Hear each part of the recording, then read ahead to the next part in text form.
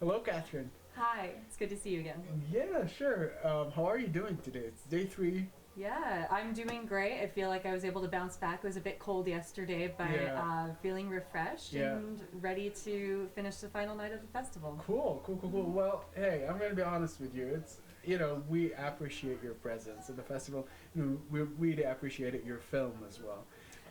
Yeah, Catherine. Let's talk about your film now. Okay. What's it about? So, Unplugged is about two women who are trying to get home after a very long night of partying, and they get held up while debating the moral ethics of a 90s rom com. So, as you can tell right off the bat, it's pretty silly. Yeah. I was very inspired by Broad City, but also Jay and Silent Bob from Clerks, which I believe we talked about a little bit before. But just that very dry, witty, quick banter. I wanted something that was going to be plucky. I didn't have any sort of message or goal with the script in mind. I just really wanted to explore what these two women could encounter in Chicago at 6 a.m. on their way home from a crazy night. So, yeah. Cool. So, Catherine, do you believe that every and each video or every and each film we do should have a message? No, I don't think so. I believe that And there. why? Yes, elaborate. Yeah, I believe that art to explore a concept or characters or a feeling is still very important. Even if something that doesn't have a message or a goal, it may not be one person's cup of tea. But I think ultimately it's still really important that whoever has that idea still gets that idea out there, because they have something to say. An artist may not always have a message or a goal behind the art, but they have something that connects with them on some level. And so with this film, even though it didn't have that message, I actually did feel a little bit trepidatious introducing it to people, because it is so silly and didn't really have a big goal or message at hand. But I think that it is also important to make people laugh. Yeah. And it is still very relatable. Even since yesterday, a lot of people have told me that they have also been in a position where they had to pee behind a dumpster and they needed a friend to stand guard. So obviously it's still very relatable, even if it isn't like sending a big message home. I think there's still something in those kind of works for other people. Yeah, 100% agree with you. Just put it out there. Whatever you want to say, just, do it. Say it. It doesn't have to be like smart all the time. It doesn't have to. So you do not really believe in like Act One. Like the structure of Act One, Act Two, Act Three. You're just like, writing as if, you're doing your own, sauce, your own way, right? Yeah, especially for this piece. I've done a lot of creative writing before, but I was like just really stepping into the world of screenwriting, and so I hadn't taken an official course of, the acting structure. And actually, I am an actor, and so I understand beats and somewhat of a structure. But with a short film, I feel like there's a lot more flexibility in what format or act structure that you have, and so I think we were still able to find a good balance of having something that was just simple but had a little bit of an arc, and keeps people interested till the very end. Yeah. Catherine, what have you learned after this? Was it your first? So it was our second film. However, there were a lot of differences with this one. This one we had an even smaller crew.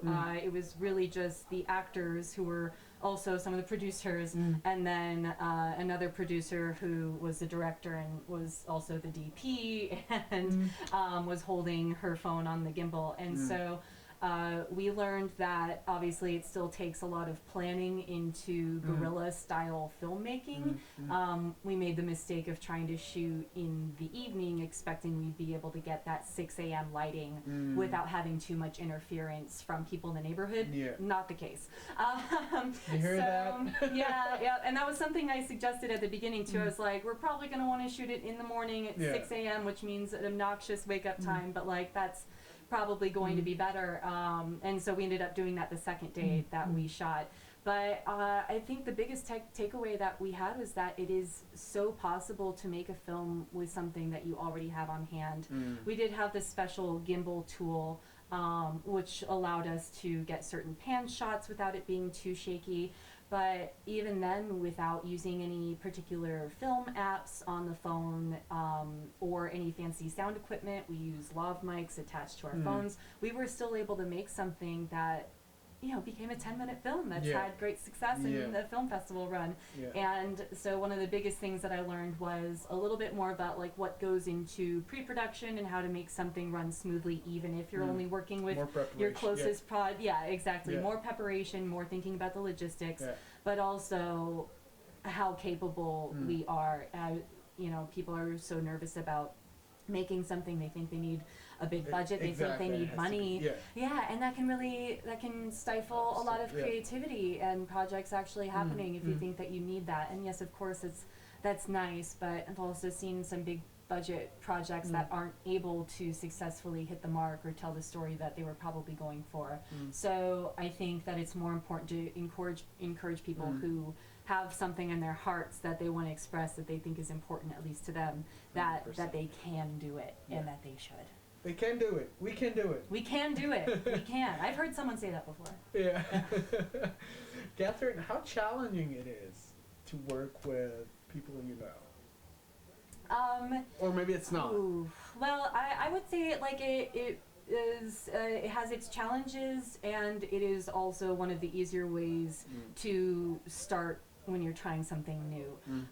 Because thankfully, you know, I had these friends who were already very excited about making something. They were already very in tune with my passion, and they also understood how I communicate. You know, sometimes my brain loves to tackle multiple things at once, and so I think it really helped to have friends who understood where I was coming from in preparation, and also vice versa. Whenever they had ideas, we were able to understand what we were really going for in terms of our goals.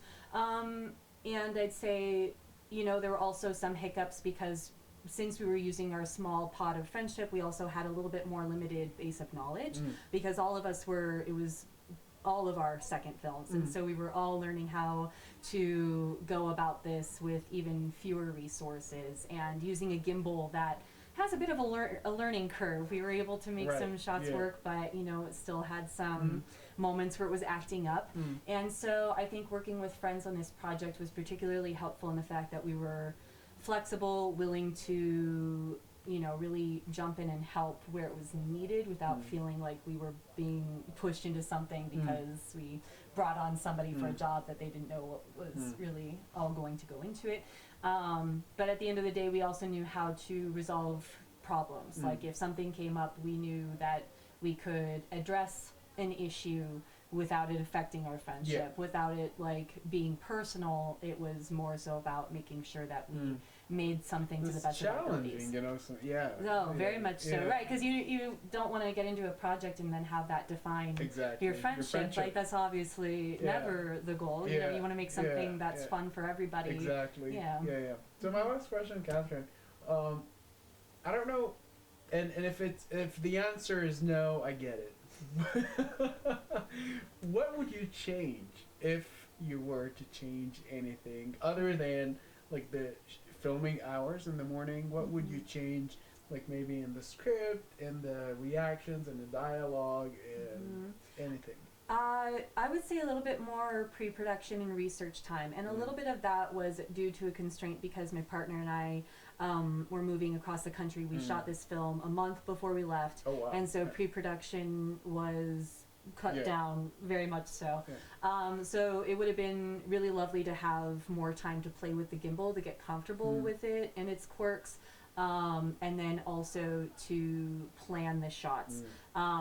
Really in the alleyway that we had, it was kind of difficult to navigate, and sometimes we were getting a lot of traffic, a lot of foot traffic, and we were doing a lot of experimenting. We had one rehearsal, but it would have been a little bit more helpful maybe going in with specific shots that we wanted, maybe giving us a little bit more direction, so that way we knew, okay, we got this shot now, let's move on to the next shot. Because in the moment it ended up being, oh, okay, I think we got this shot, let's see what we can get at the same time, and then it ended up, I think we tried to get too much at once. And so that pre-planning I think is also really helpful. Yeah, I would definitely course. recommend that to anybody, especially if you're bringing friends on board. You know, it is nice to have friends who are willing to roll with the punches, but you never want to take advantage of that to the point that you're making them suffer through something that's totally no unnecessary. sleep for 2 days.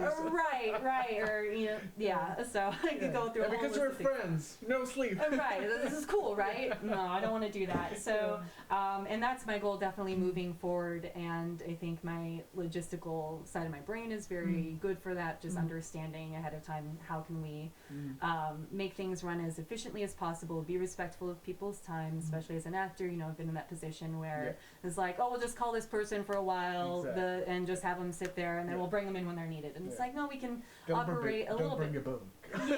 Yeah, bring a book, hang out for 5 hours while we work on somebody else's makeup, and you're good. And it's like, okay, we can probably, you know, cut that down a little bit if we know that it's going to take several hours before we use someone. But yeah, I think that's the most. Catherine, thank you for, first of all, thank you for being here. Thank you for this interview. That was really cool. And, you know, award show is in a few hours. So, you know, I wish you all the best. Thank you, Gauthier. Very excited. Thank nice you. talking with you again. Yeah, of course. Yeah.